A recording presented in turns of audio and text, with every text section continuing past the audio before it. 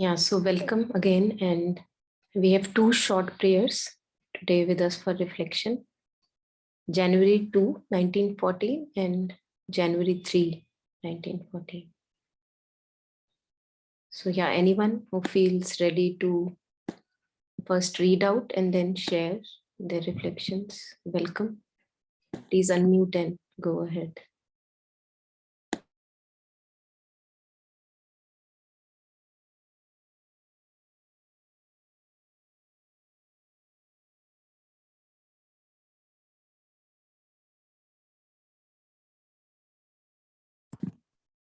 Yes, Tarun. Yeah.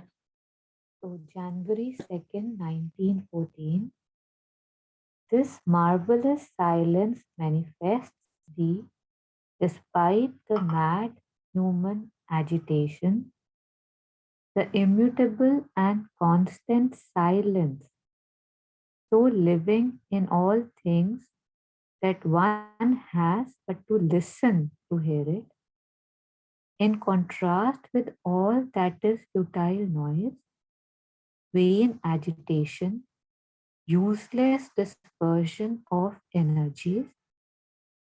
Let it flower in our being as a source of light and peace. May its power radiate over all in beneficent streams. Thou art the savior of all our life, of all life, and the reason for all activity, the goal of our thoughts. So every time I read it, it had a different meaning for me. So the first time I read it, it was like, how it was more like an aspiration. Like, when there is too much noise outside, when there's too much chatter, too much chaos, it gets to me. So first it was a prayer and an aspiration that, I would never separate, if I could never separate from the silence within, so that the outside chatter can be a background noise. So that was the first thing. And then upon, rereading and all, it's like, nobody, I think, would be there who hasn't touched this silence. Like, especially, I think, when we are in nature, there's something that doesn't need words. Like suddenly you feel so grounded and so expanded and so connected. So this marvelous silence manifests thee. That is, a lot of people say that nature is God, right? So when we are in nature, we feel that sense, we feel that expansion, that oneness. And that is all despite the mad human agitation, the immutable and constant silence, so living in all things that one has but to listen to hear it. And this also was very interesting, that how everything is there, but I have to be open to listening to it. If I have to connect within it, it was more like that, how there's water underneath, right, under the ground, but we have to dig wells, right? We have to make efforts to do the digging, to be connected to that source of light, life. So again, that silence, in contrast with all that is futile noise. So again, everything that we usually, not everything, but I would say almost everything is quite vain. Like lot of things that we engaged in, especially in terms of, like, we're talking about noise. And especially once if you like ever do a silent retreat, like, or just like I've done a few courses, 3 days, 5 days, 10 days silence, then once you break that silence, for a day or 2 or 3, each word feels precious, and one can clearly see how much energy is getting dispersed when one is talking. I mean, it's very heavy. Like usually, I think most of us, after the retreat or some and stuff, used to develop a headache because it just felt too much. And yet it becomes a way of life and you forget that. But it's a fact that it is this, dispersion of energies that can be used somewhere else. So let it flower in our beings as a source of light. Like, when this chaos, when this noise, it's taking the energy, and when I'm able to conserve it, like even in the chaos, if I'm not able, if I don't let it affect me, I think move it within me, it can, that silence will become the source of light and peace, and its power would radiate. So yeah, and thou art the savor of all life and the reason for all activity, the goal of our thoughts. One thing I didn't, this silence, it's in the second line.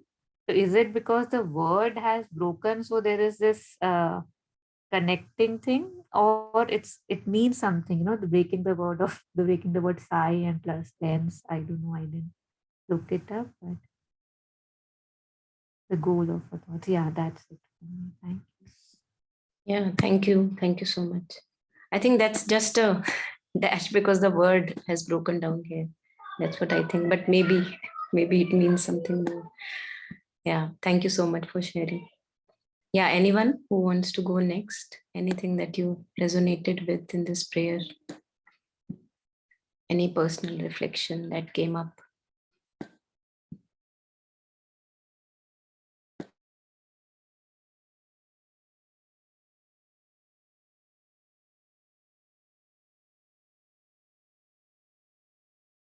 Yes, Monica, I'll go.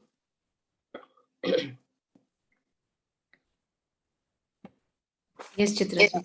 Yeah, this actually, especially this line, the futile noise, vain agitation, and useless dispersion of energies. Yes, the mind, vital, and physical, everything involves in that. So far, one leads a very normal life. One won't feel it is all wrong, actually. Yeah. Flowing with the current. It will be always there. One will lead the life like that. So far, one doesn't realize there is a higher life and higher goal is there for the life. There is a meaning for the life. Till that time, realization, this physical, mental, and vital always have that futile noise, agitation, and dispersion of energies. Everything will be there. But if when one started realizing, no, this is not a meaningful life and you have to go higher, and that time, this silence, as Mother said, it is a marvelous silence. Yes, you would feel that, that is very precious. Somehow you have to get into that silence. I had the feeling when I started, realizing, no, this is not the life. We have to go inside and find out that peace, actually. It became very precious for me for so many maybe months or years. I couldn't get that silence, but once you get it, yeah, it's very marvelous. As Mother said, it is a marvelous silence.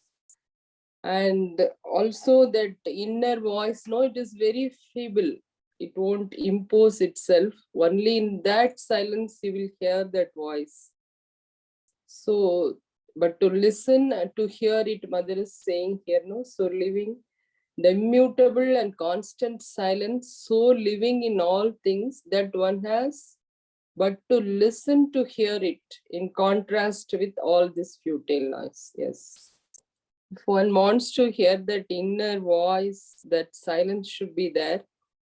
Yeah, that maintaining it also, it is a sort of difficulty, but anyhow, once you tasted that, you won't, go away from it. Again and again, you will yearn for that silence and peace. As Taru said, yeah, the retreats and the sessions and everything will give you. The taste is always there. Yeah, it will again take you to that state again. Yeah. That is the thing I want to share. And again, let it flower in our being as a source of light and peace. May its power radiate over all in beneficent streams. I feel this is the blessing and grace of Mother again. Yeah, I feel like that when I read this line. Mother is blessing all of us. Let it flower in our being as a source of light and peace. May its power radiate over all in beneficent streams. It's a beautiful line. And the next line also, I find it very special actually. Thou art the savor of all life and the reason for all activity. So the life, the activity, and the goal of our thoughts, even thoughts. Yeah, thoughts should become divine actually. Yeah, because usually we are really regretting about the thoughts, but if it becomes divinized, what it will be? It's a goal of our thoughts. Yes, I feel it's very important. Though what the savor of a life and the reason for all activity, the goal of our thoughts. It's a very important line, I feel actually. And in Savitri, I reminded of this very important line when Ashwapati, I mean Sri Aurobindo, Ashwapati had darshan of Divine Mother, and he wanted that divine light for everyone in the earth. That time he asked the Divine Mother to come down to the earth, but he realized these lines are coming. Only in the silence you will feel that light. I will read those lines. It is in page number 315. Her light, her bliss, he asked for earth and men, but vain, 315 page number, but vain are human power and human love to break earth's seal of ignorance and death. His natures might seem now an infant's grasp. Heaven is too high for outstretched hands to seize. This light comes not by struggle or by thought. In the mind's silence, the transcendent acts, and the hushed heart hears the unuttered word. Yeah, totally, I resonate. I mean, these lines resonated with these prayers, actually. Yeah, thank you, Monica. This is my sharing. Yeah.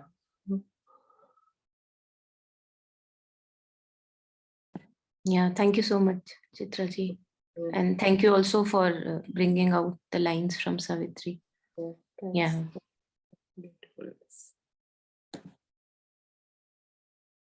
Yeah, anyone who wants to go next? Please unmute.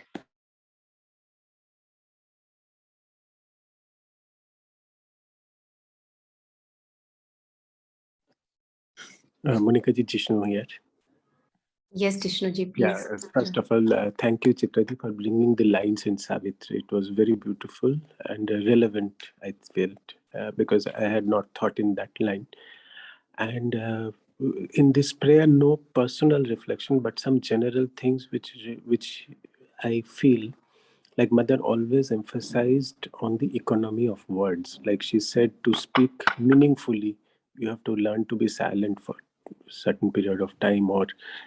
And second thing is, she always wanted to draw attention that how much we dissipate our energy meaninglessly. And what does it meaninglessly means? When we are not like very aptly this year's New Year's message, which we have, which was distributed from the ashram, that only the time that we, I mean, which we do not spend meaningfully makes us grow old. That time is wasted. And she was always very purposeful in terms of effort, actions, even in terms of word. By meaningless, she meant wasteful, dissipated. She meant that those words which are not taking us closer to our goal, which is discovering the psychic or at any field of work. So she always emphasized on that being purposeful, which modern psychologists are also saying. And when I read this, I felt, I remembered those quotations, those statements which Mother made more deeply. And the first thing I felt is as if she is saying, this marvelous silence manifests despite the mad human agitation. That this marvelous silence, you are there, O Divine Lord, you are there in this marvelous silence, despite all the ignorance and stupidities that the human beings and others, but primarily human beings, are committing.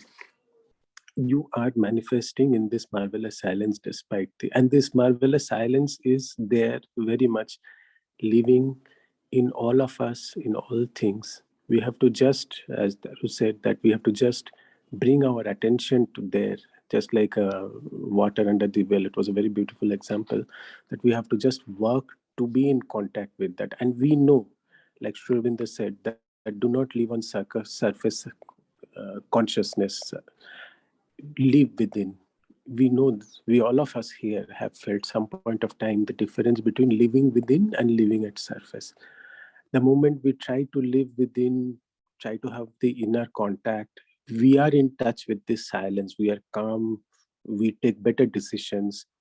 We are more secured and satisfied. Whereas the moment we live at surface consciousness, surface circumstances, we are lending ourselves to various forces, not to our inner guide. That causes a lot of difficulties. So these are the general reflections which I felt when I read this.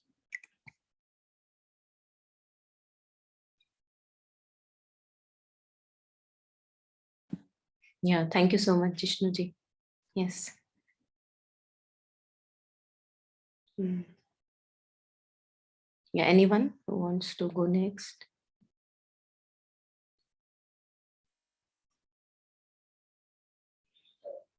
Anything, even if it's a one line that resonated with you and you want to share, it would be nice.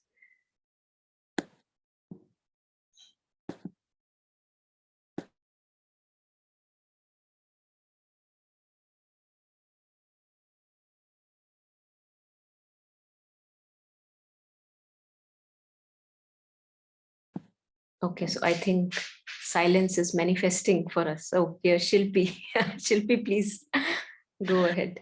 Yeah. Yeah, thanks, Monica. Yeah. I actually wanted to reflect maybe with you on the last line.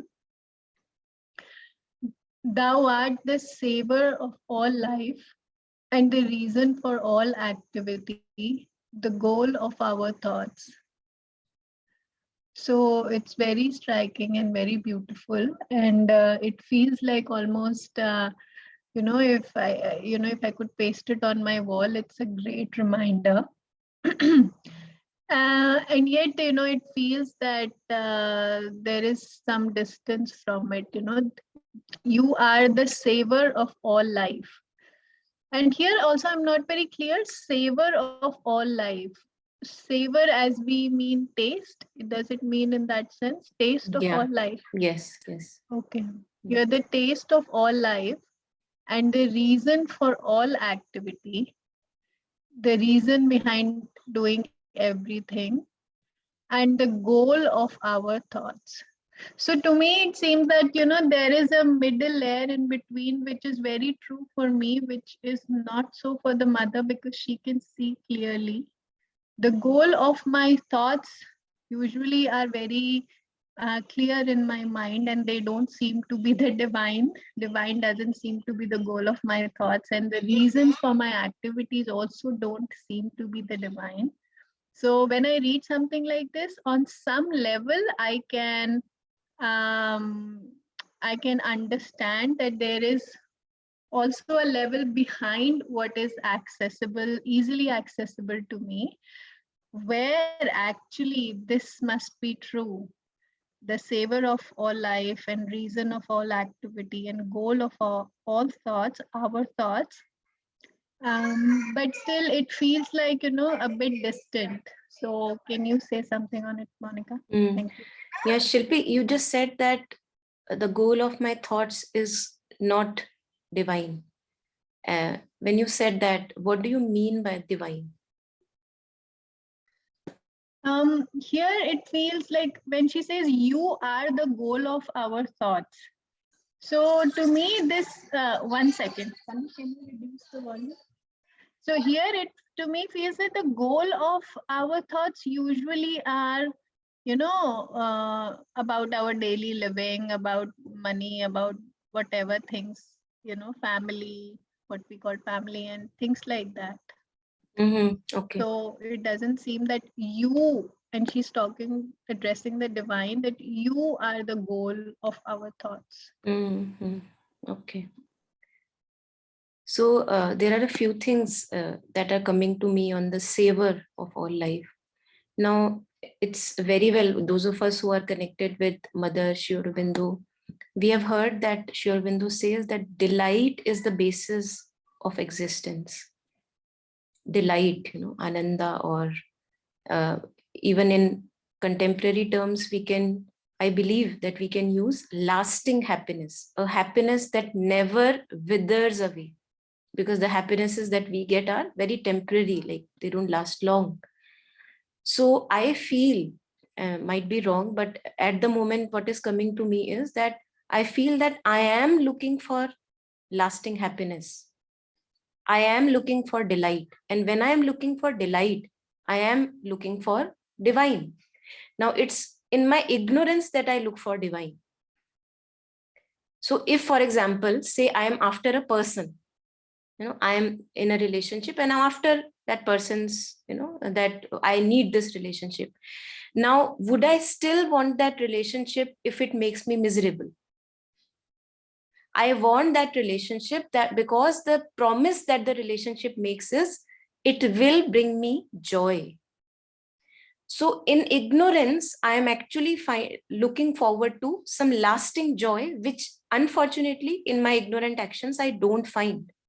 So when I say that you are the goal of my thoughts, of course, the divine is the goal of my thoughts. Why? Because even when I want to buy butter or bread, I go to a shop and it will fill my tummy. Now, how will I feel when my tummy is full?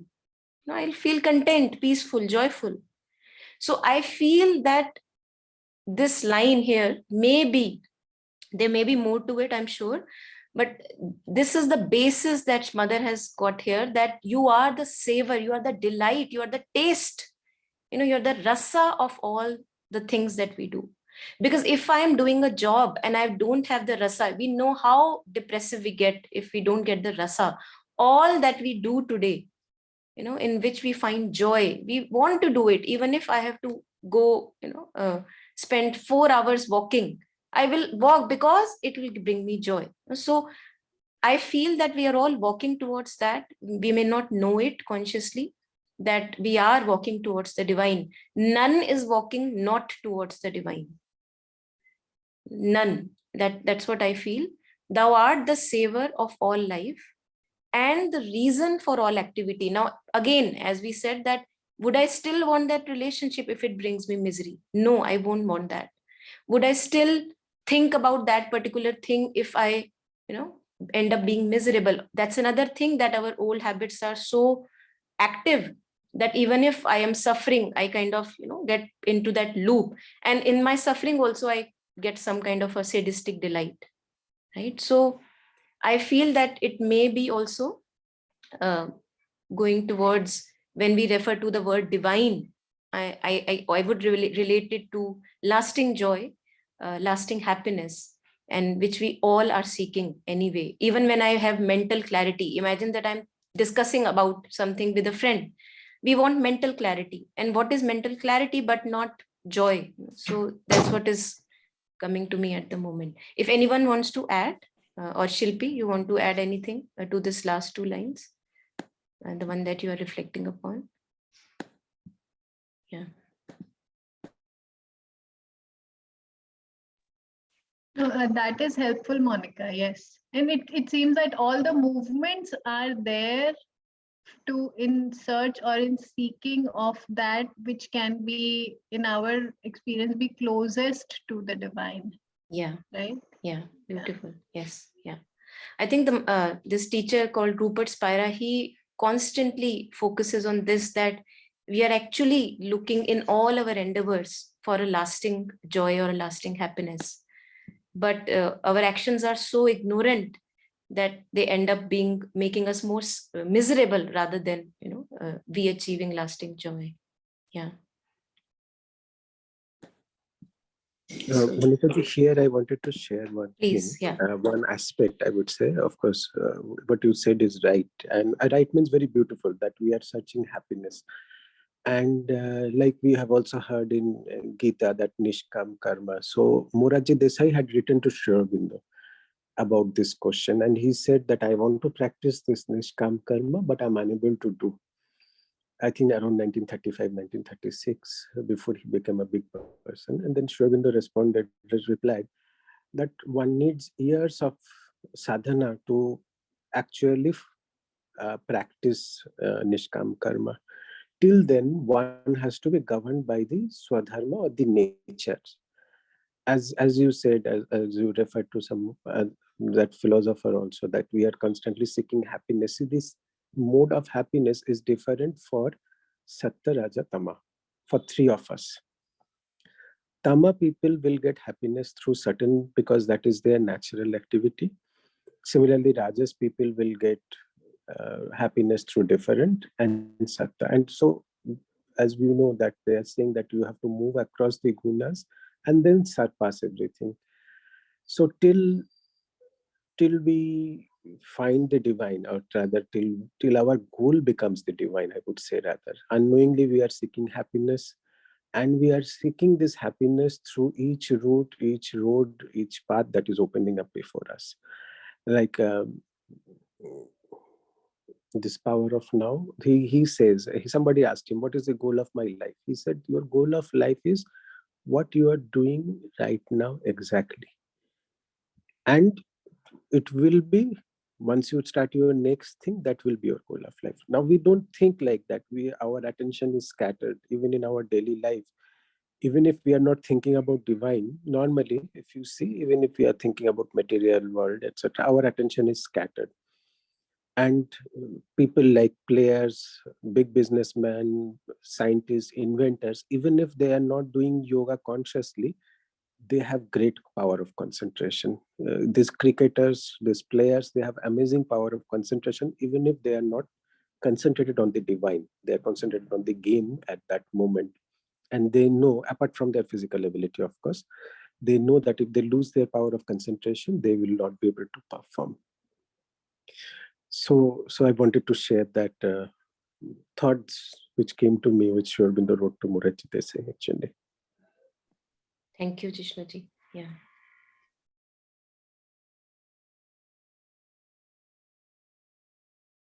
Yeah. Another thing that is coming, this in contrast with all that is futile noise, vain agitation. I think this 3 or 4 of us have already, substantiated upon it, which is beautiful. I feel that my thoughts don't seem to be futile noise to me. I find a lot of importance there. I don't see it as vain agitation, and I don't see it as useless dispersion of energies. And that's why, we have to become convinced that they are this. So that's why in Kabir's, one of these couplets, which is quoted very often, Daudat daudat daudiya, jahan lagi man ki daud, daud thake man sthir bhaya. So he says that I ran and ran and ran in every direction that I wanted to. And when I was really tired of that running, then my mind got still and I got what I was seeking for right here, right now. But I think this running, as Jishnuji was saying, that to each his own, there we have our own natures. So long as I want to run towards something that, okay, let me try this, maybe this brings me happiness. Let me try this, maybe this brings me happiness. We must try, to our own nature's accord. We must try. Only then I can be sure that this actually, because now I'm at a step of evolution, that this all appears to be futile noise now. Because otherwise, when our thoughts and feelings come, when our stories come in the head, they don't appear as futile noise. I find importance there. That's why I think. I see that, no, I want to be right in this argument that I am having with the other person. So I think about it. So as long as it is important for me, I would not be able to disregard it. I would not be able to declare it as futile noise. So that itself, I feel that itself is such a beautiful step ahead. If my thoughts and feelings, and as some of you were sharing, the surface movements, if my surface movements, surface agitations now appear to me futile, although they have not stopped, let them not stop, doesn't matter. But I don't give them attention now. I don't believe into them now that strongly that I believed in my thought earlier. I think there something beautiful must have happened, you know, that I take things very lightly. Even my own thoughts, I take them very lightly, not seriously, because I know their fleeting nature. Today I was listening to some teacher, and he was sharing that what the task that we have to do, as mother also reiterates again and again, is sorting this background of awareness, which is lost in the thoughts and feelings and sense perceptions, to sort this wheat from chaff, you know, as we say. So to disentangle our self as awareness from all the, what we can say here, futile noise, vain agitation, and dispersion of energies. And this can only be done once I'm convinced that I did not get anything there.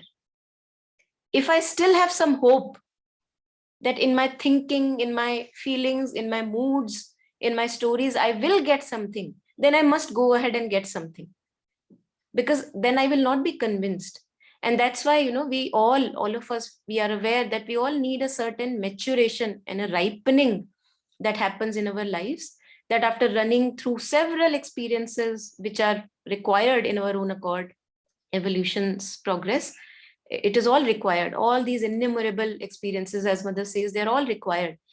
And then I reach a point that I now regard the surface self, the futile noise, vain agitation, dispersion of energies, as something which I now do not want to give that much of importance.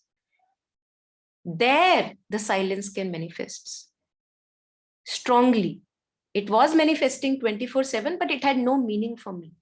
Now the silence, now the knowing, now the awareness has more meaning for me rather than the content of awareness, which is all these thoughts, stories, opinions, ideas that I have in my mind about the world, people, and my own self.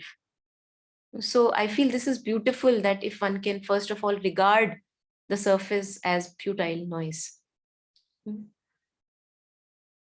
and then it can actually spread its radiance, as mother says here, that let it flower. Once I give it importance, once I nurture it, then it becomes a source of light. It's not that the source of light was not there. What was there but that?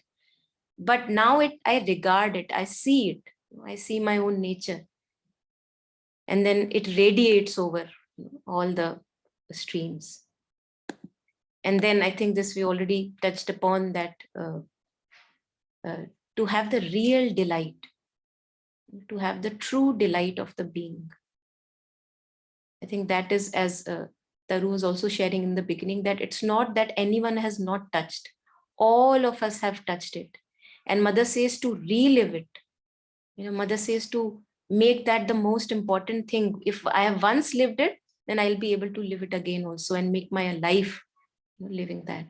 So at this moment, I'm reminded of a little PDF that I have. I'm just going to kind of put it on the shared screen.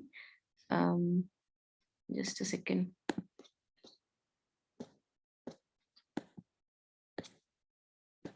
It's a little book called Impersonal Life. Maybe some of you may have heard of it, by a person called Joseph Brenner. And if you want, I can, with some of you I have shared. So here also, you know, he again and again shares, as if your inner self is talking to you, that yes, I come to you now to make you conscious of my presence. So it's not that I was not here with you earlier, but I now become conscious of your presence. I have been with you always, but you did not know it. So there are many, many sentences which I found resonating with this prayer. Then he says, be still and know I am God. So this inner silence is manifesting itself out. And then he says, now in order that you may learn to know me, so that you can be sure it is I, your own true self, who speak these words, you must first learn to be still, to quiet your human mind and body and all their activities, so that you no longer are conscious of them. So I give no importance to the surface agitation, nothing at all. It doesn't mean anything. They've lost meaning. So I found it very kind of resonating with what this prayer says. And then he again and again, he brings forward this aspect of stillness and quietness. Sit quietly in a relaxed position, and then when wholly at ease, let your mind take in the significance of these words.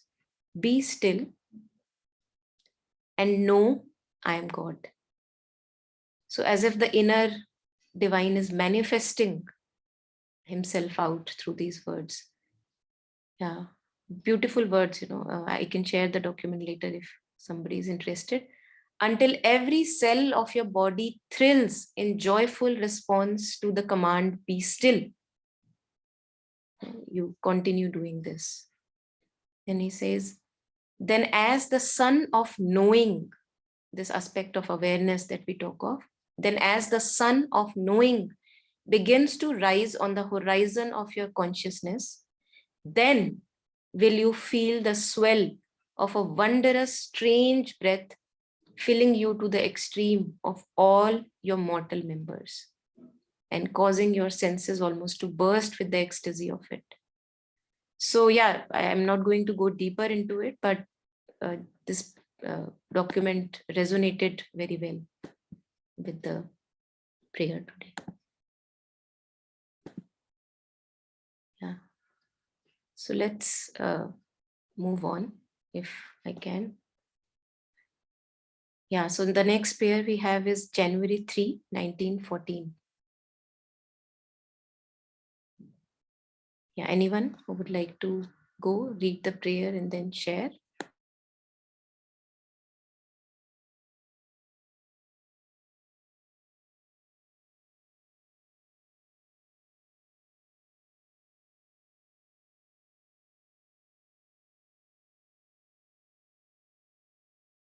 Yes, Sharada ji, I'll do that later. Yes, on the group.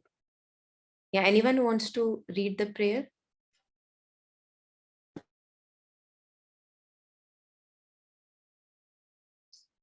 Yes, shall I go ahead then? Please, yes, still, yeah. January 3, 1914. Sorry.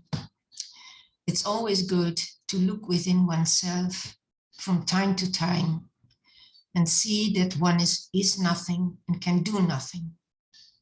But afterwards, one must turn one's eyes to thee, knowing that thou art all and thou canst do all.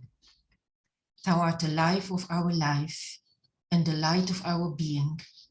Thou art the master of our destinies.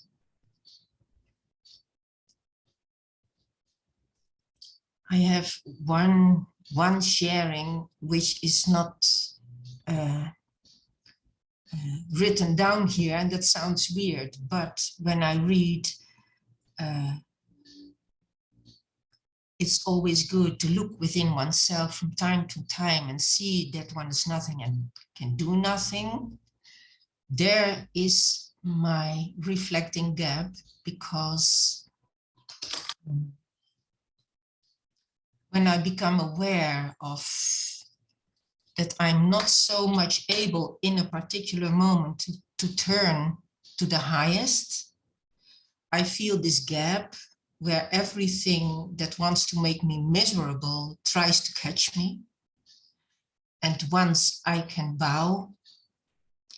innerly bow, being humble, then can I make this movement and life comes back. And there's the surrender. But I have to first be aware of the gap I'm in, and then being able to make this movement. So then I'm on Mother's track again. That's what I wanted to share. Thank you so much. Yeah, yes. Thank you. Yes. This also reminds me of this Draupadi's story I lately read. Dr. Anand Reddy was sharing it in context of Gita.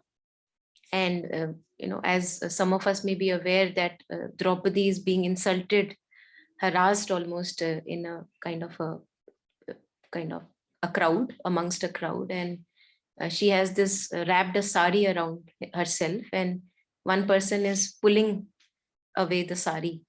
And since she is devoted to the Krishna, to Lord Krishna, she calls on Krishna by holding one hand. With one hand, she is holding the sari so that it doesn't go away. And with the other hand, she is kind of, raising it up and calling Krishna. And Dr. Reddy was sharing that Rukmani, who is the wife of Krishna then, so she shares to Krishna, who is somewhere else, not exactly where Draupadi is. Rukmani says that, don't you want to go? Your sister is calling you for help. And then Krishna says that, no, I think because at the moment she feels that she can save herself because, because one of her hands is tied to her sari, she's still trying to protect herself, her kind of, self-respect. And then he doesn't go as long as she keeps holding onto the sari's end. And then when when Krishna is not coming, then she leaves both the hands. Now imagine, like you're wearing a cloth and somebody is pulling that cloth away in front of a large number of crowd. And only when she leaves both the hands, the last hand that she had on her sari, when she leaves that, then Krishna arrives, and gives this kilometers length of sari to her in order to protect her grace and dignity. So it's actually easier said, when I was reading this, easier said than done, because we feel that kuch to karu, I must do something. I must do something that, I have been given this and that and this and that. I must use the thought. But I think it's again comes with our own experiences that whatever little we can do, it's really nothing in front of what the protection that comes from the divine. It is nothing in front of that divine protection. So that's why, it's also connected with the previous prayer, because we see that I have to become convinced first that my attempts will not reach me anywhere, give me anything. So once I'm convinced, running, then I can maybe, take this step, or maybe have a higher faith, a solid faith, unshakable faith, that even now, if I look back at my whole life, most of the good things that happened, beautiful things that happened, they were given to me like gifts. They were happenings. They were not a result of my own doing. And whatever I've been trying to do has only made me miserable.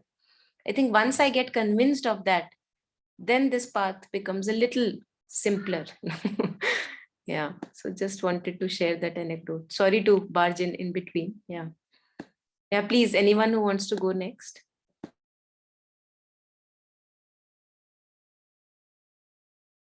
Yeah, Monica, that is the abandonment of Draupadi, actually. She turned to her husbands and all, to the elders also, to everyone she cried to help her. Then she hold her sari, and then the last moment only she started calling Krishna, actually. Because that time she know nobody is going to help her, no human being, and nothing is doing. So she started that abandonment. I mean, nothing is there, nothing we can do. That time when you call, that intensity will definitely bring that divine help. Yeah, when I read this prayer, I thought of that, actually. You also brought the same thing. Yeah. And also when you feel you are nothing, that brings you a lot of humility, and that humility always brings some joy. I feel like that always.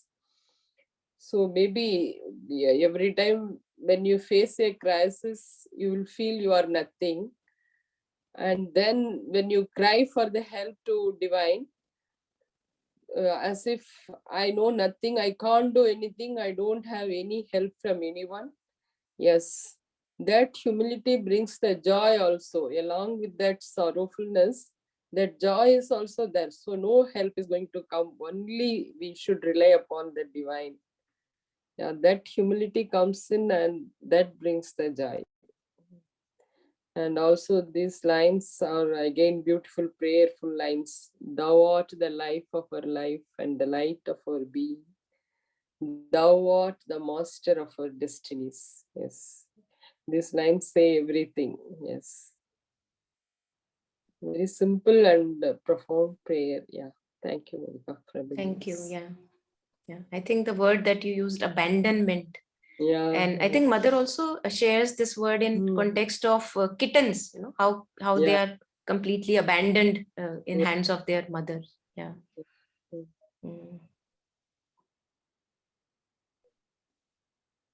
Because I had that type of experience once or twice when I faced a very big crisis in my life. Yeah, so I can resonate with this prayer a lot. Actually. Yeah, thank you so much. Yeah, anyone else who has not shared and would like to share, and also others along with that? Yeah, please unmute and go ahead.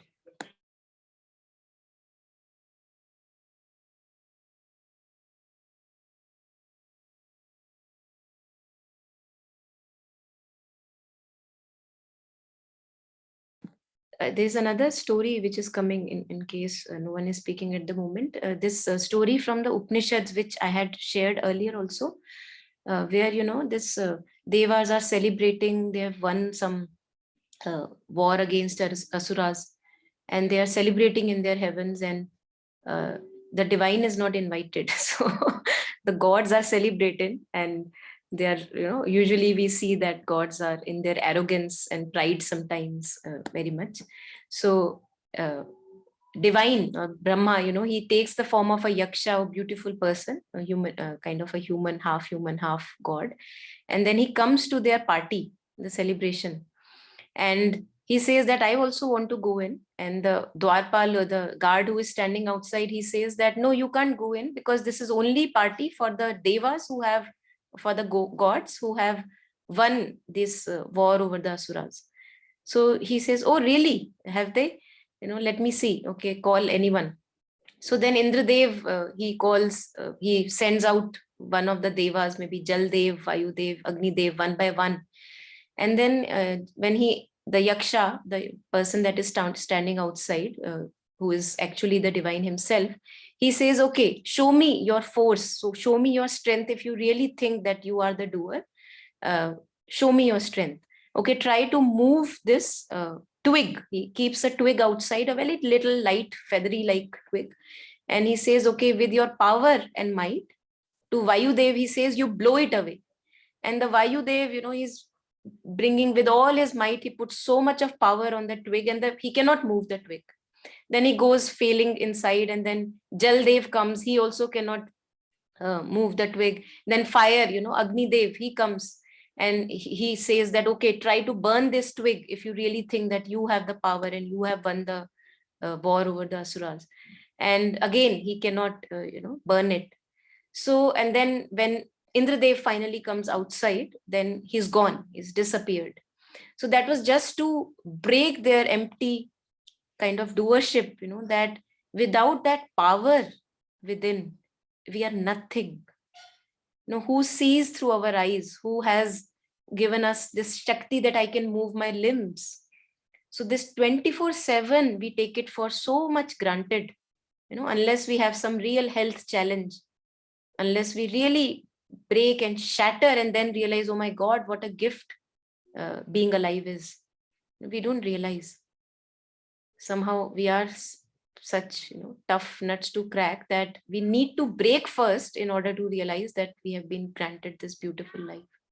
And with all the powers that are there, the power of thought, the power of intelligence, power of imagination, power of moving our limbs, such a basic power, but we have that.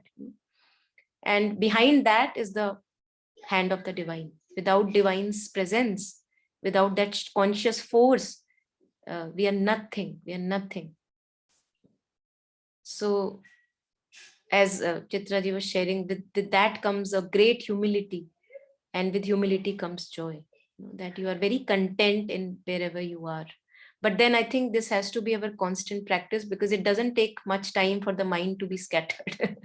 So one moment I may be in complete felicity and joy and extreme humility in front of an ocean, and the other moment I may be really struck by lightening of my own thoughts and moods and despair and depression. So yeah, long journey for each one of us, long practice. Yeah.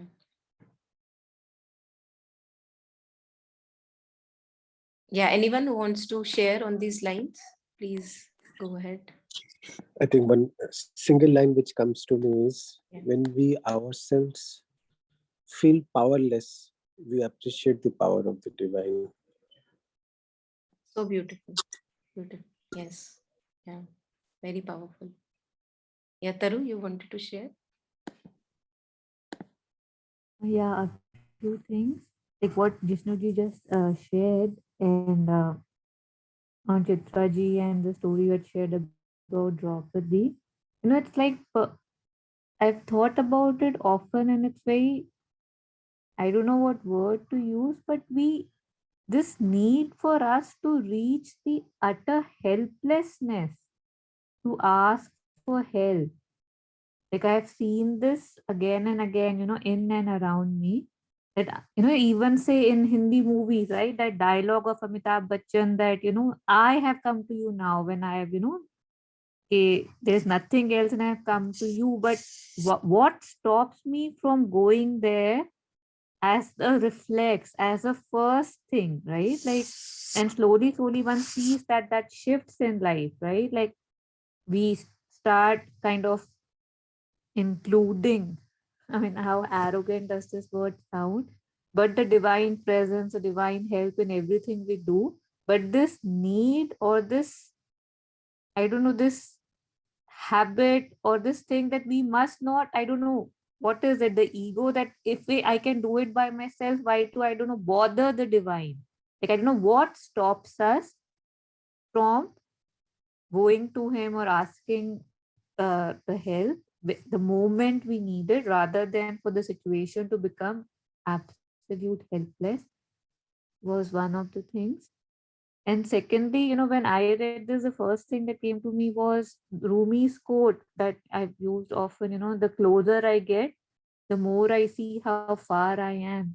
The more one knows, the more one sees this feeling that you was this fact, not feeling that how I can't do anything and all my efforts can just have taken me just till there and beyond that point. It's like beyond my, I don't know, mental domain, physical domain. Like my possibility ends at a place, my efforts end at a place, and after that, or I feel they take me to a place and they never do. I was just, I've been reading these days a book about like, breath work and traumas, and the number of traumas, the number of vibrations that, a baby absorbs from the parents, from the hospital. It's just endless. I don't know, you read about 50 traumas.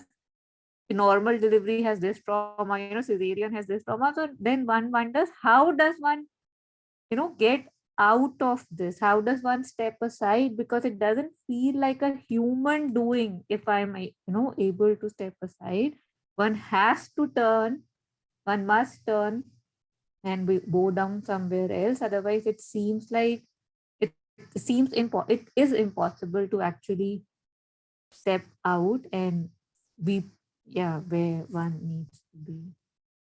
Thank you. Yeah. And even after so many traumas, one is still coming, as you said, alive and kicking, and we don't see that. We just, I remember on what you shared, I remember that when I had my first child, so it was like a immediate cesarean delivery, some complication was there. So for 13 days, he could not be there with us at home. So I had to leave the hospital without the baby. Now, when my doctor came on the third day, when I had to leave the hospital, she she said that, oh, now you can go, but he cannot go.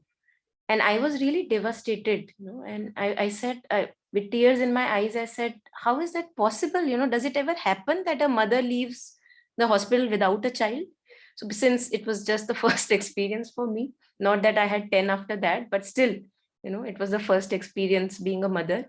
And, and she said one thing which has never, ever gone away so far from me. She said, be thankful that he's alive. Because I was taking it for granted that when you are pregnant, you have a delivery, okay, you have a baby in the hand, that's how they show, in movies and wherever, and you go home happily ever after, and then this doesn't happen. So that thing I was taking for granted. And she said that be thankful that he's alive, at least, he may not be with you physically, but he's alive, he's kicking. And we really, somehow, the way we are at this level of consciousness, we take things for granted, as you and Jishnuji were sharing, that unless we really reach a breaking point and realize the utter helplessness of our doings, and then connect with something more higher, more greater. And that's why they say that pain is so important. Pain is the hammer for breaking the resistance in mortal's heart. So no wonder that we need some kind of pain to break our heart so that the light can enter. Yeah, beautiful. Thank you for sharing those traumas. And yeah.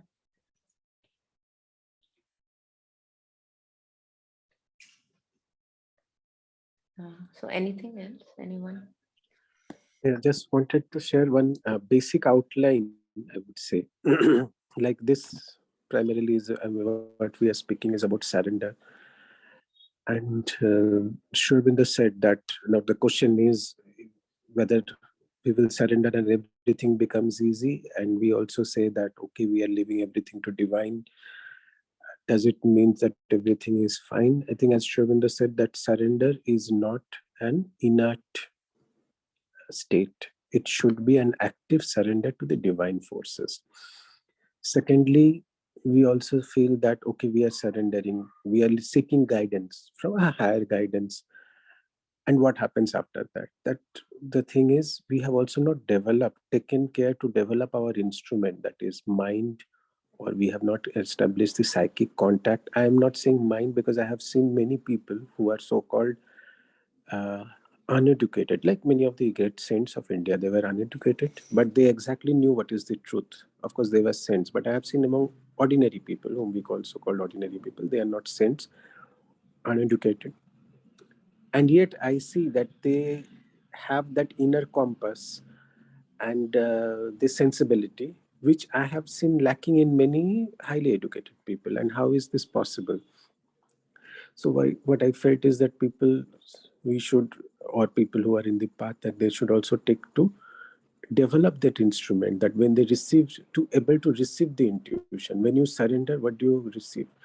And Mother Sri Aurobindo always said, be careful that you understand to whom you are surrendering. Because at initial levels, especially we are saying at initial levels, you just cannot have surrender. You have to have some effort. The effort to resist all these lower impulses, vital forces. And Mother Sri Aurobindo, and I'm saying many other people, many other saints in similar lines, because they have not spoken as scientifically as Mother Sri Aurobindo. They have said that you have to have a framework, an effort to fight with these adverse forces. Once you do that, you gain some mastery over that, then actually you become an instrument which you can surrender.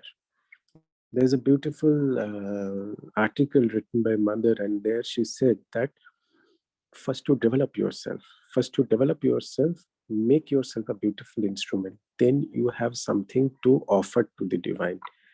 And then when you offer yourself, you become a great instrument, true instrument of the divine. In this context, somebody had asked Mother that there are these great geniuses. They had asked about Beethoven and other. They are great geniuses, but they were not aware of the divine. They are not, or they did not lead so-called a spiritual life. And do you think that a yogi, if that person pursues music, can they compose better than Mozart, Beethoven, or others? Then mother said no. The normal person, yogi, when they will lead a spiritual life, they may attain great capabilities, but they may not be better. Normally, they are not better than geniuses. The thing is, she said reverse. The reverse is, she said, but if a genius converts himself or herself and tries to lead a spiritual life, that attains great richness. And if we see some artist or somebody like great musician, M.S. Subbulakshmi, let's speak, in India, who was a great artist and who tried to live a spiritual life, they attain timeless. I mean, they become timeless in their world. That is, and I'm sure there are other artists like that. So this surrender, of course, we speak simply, but when it comes to actual practice, that we have to, as Shrivinda said, first to discern what are the forces which are coming, what are the suggestions which are coming to you. Try to observe the suggestions are. You're muted, Jishnuji. Oh, I think you got disconnected. Yeah, let's wait for a moment.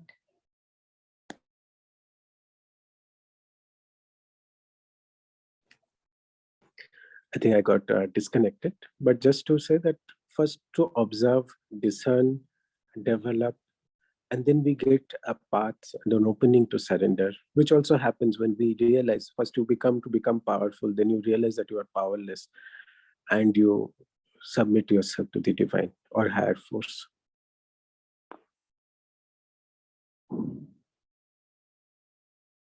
That was from my side. Yeah, beautiful. Thank you for bringing that up, Jishnuji. I think very important. As you said that, mother said that, what would you offer to me? So first develop yourself, nurture yourself, and starting from near to far. What she shares, that whatever are inherent talents, capacities, goodness in us, to bring that out, to make us a richer and richer human being, not richer in wealthy worldly sense, but in inwardly rich, to bring out our goodness, to nurture ourselves. To each his own, everyone has their own capacities and talents, and then to offer it to the divine. Yeah, which is a long process. Yeah, so thank you for bringing that out. I think it was very relevant. Yeah, anyone wants to add on? We can also end here if there are any last comments or reflections. Yes, Sandeep ji. Thanks. No, just one example, just shortly, respecting the time. So yeah, so one example is coming to my mind just with the prayer mother is teaching us actually how we should pray.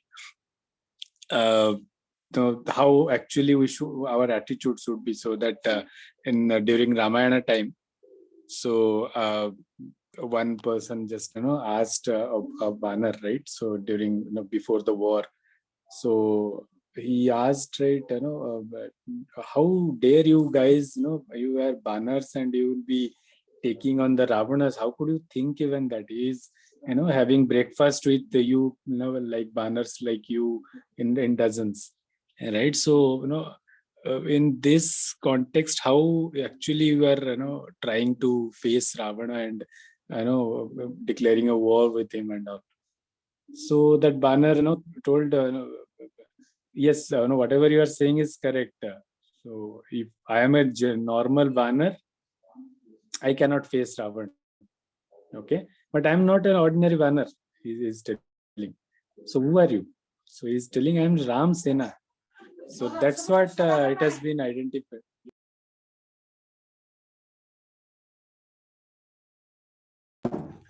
I'm sorry. So yeah, actually he was telling I am not an ordinary banner. I am Ram Sena. So and with that he is having his powers manifold. Okay, that's how he is identified with. We have to see that with whom we are identifying. If we are identifying with our ego, our little self, me, you, like that, those kind of ordinary consciousness we are in, we are nothing. That's what Mother is saying. The more you go deep within, the more you feel that you are nothing actually, and the more you feel that actually with whom you are getting connected with, the source of our life, right? The moment I get disconnected from my source, I am nothing. So with the source, I am everything. So this is what Mother is trying to, through prayers, we should be, our prayer should be like this always towards the divine. So with whom we are identifying, we are getting identified, then only our true identity would be. Yeah, that's it from my side. Thanks everyone, Mother. Yeah, thank you so much for bringing that out. Yeah, Sandeep ji, thank you. Yeah, anyone else? Anything more? People who have not shared, if you have anything at this moment, final call before we end.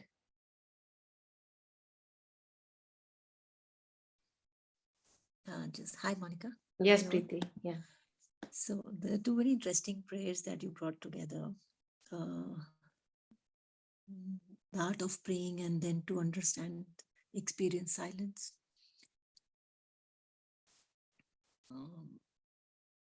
For me, it has been very interesting, especially with this noise, how to understand noise, physical and mental, like external and internal. So when I was in India, there's so much noise all the time happening outside, inside the house, inside the head. And to reach that silence can take a while and years. And then I got picked and put up in a situation where there's a lot of silence. There's a lot of no external noise. I'm in Canada right now.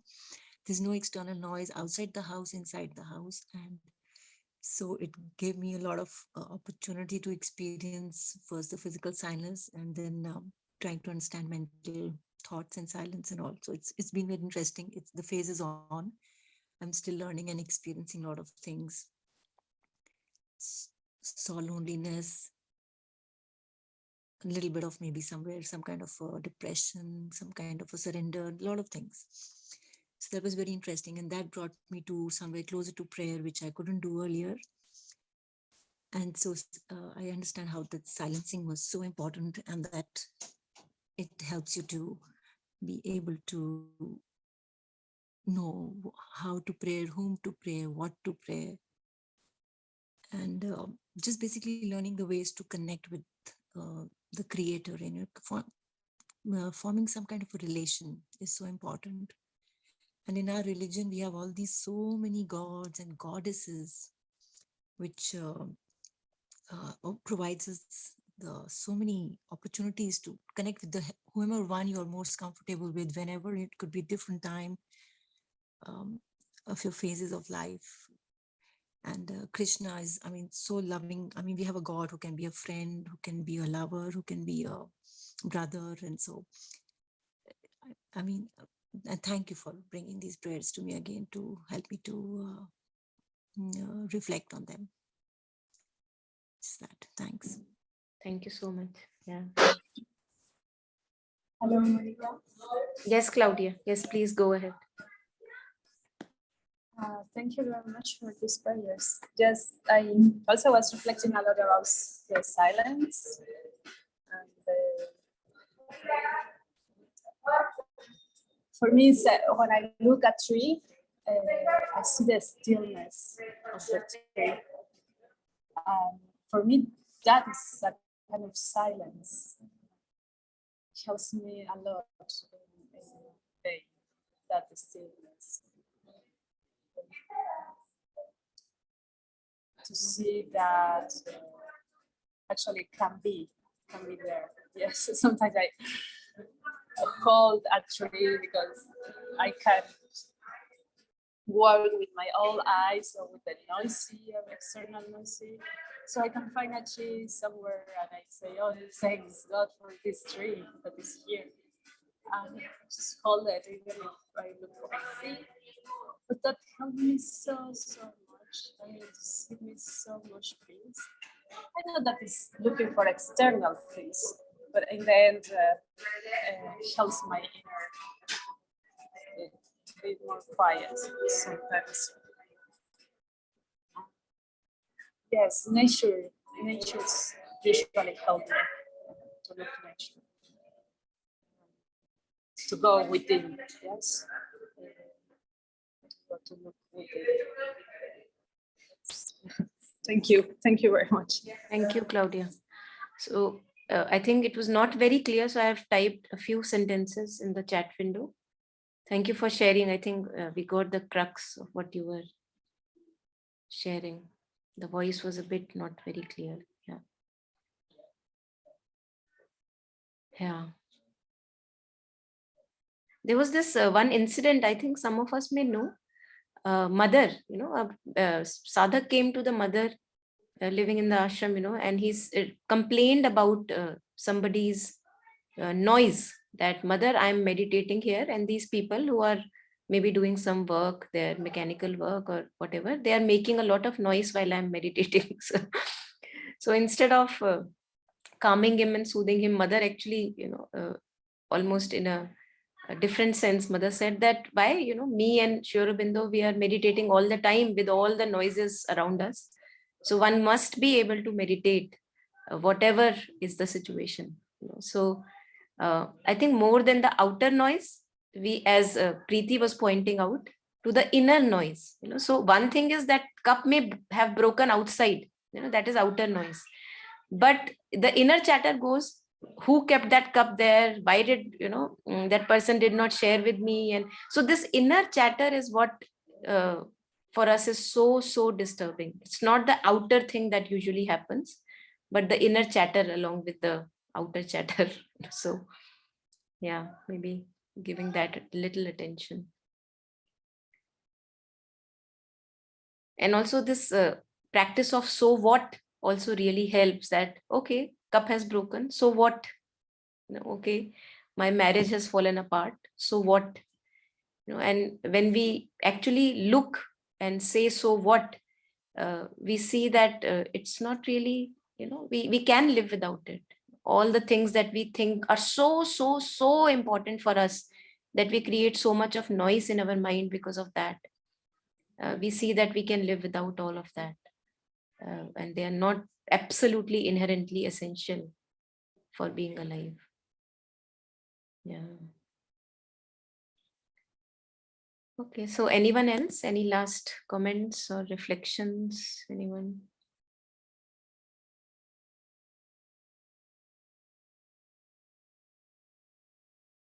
Okay, so I assume there is nothing more at the moment. And yeah, I thank you for joining us today. I think it was great to have many people together today, and yeah, blessing to be sharing all of this together. Yes, thank you everyone.